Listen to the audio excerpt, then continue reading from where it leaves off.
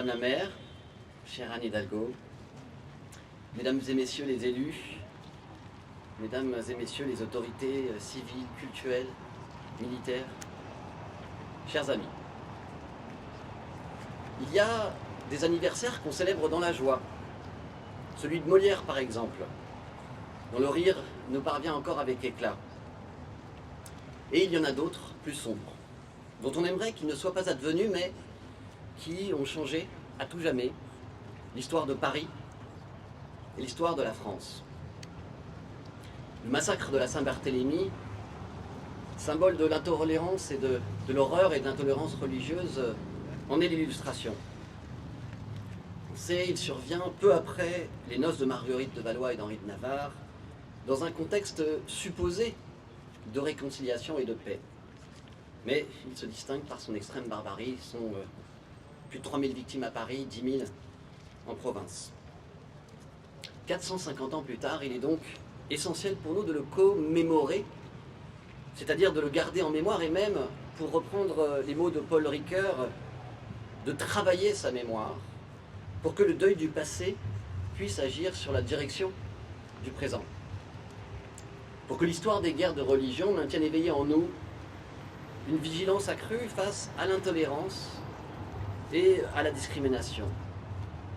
La mémoire, c'est un muscle actif qui fait le choix du souvenir.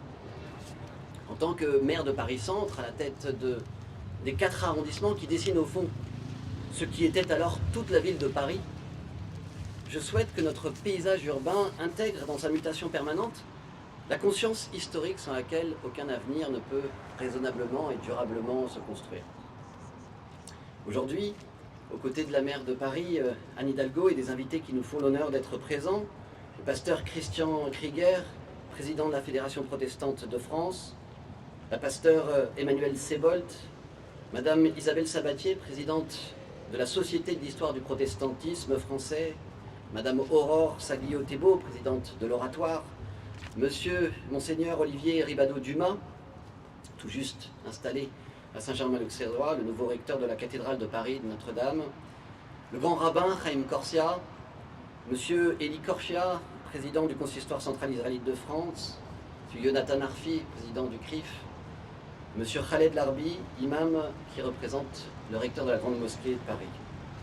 Et puis bien sûr, Monsieur Jérémy Foa, historien et auteur notamment du remarquable ouvrage Tous ceux qui tombent, mais aussi d'un certain nombre d'autres ouvrages que vous pourrez retrouver, je fais un petit peu de promotion, juste ici, au moment où nous inaugurera l'exposition qui est liée à cette commémoration. Eh bien, il y a tous les ouvrages, y compris un ouvrage en bande dessinée. Voilà.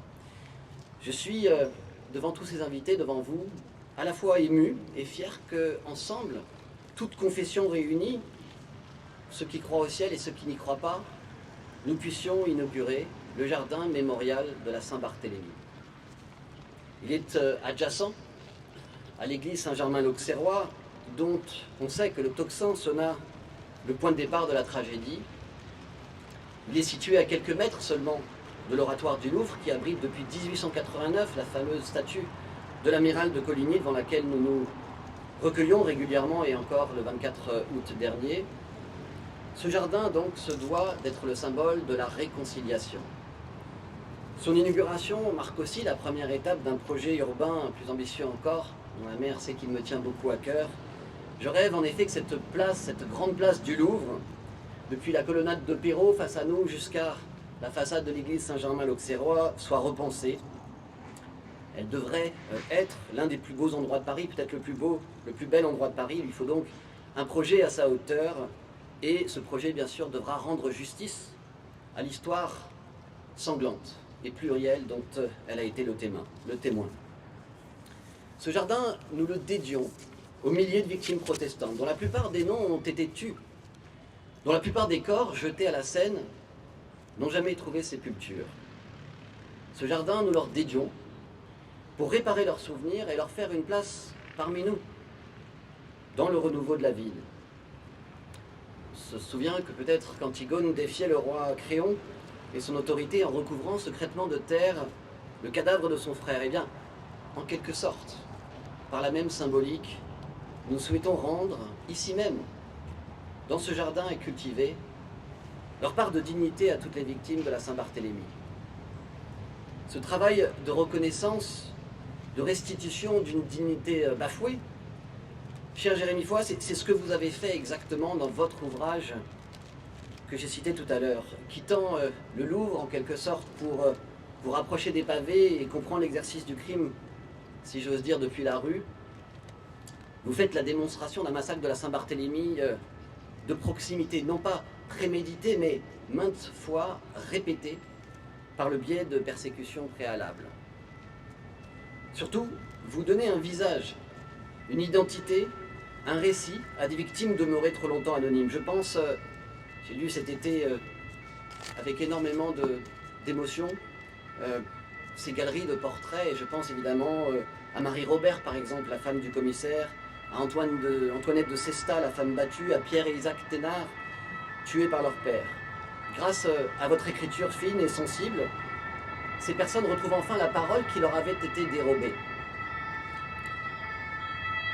Vous savez que dans toutes nos commémorations, j'ai tenu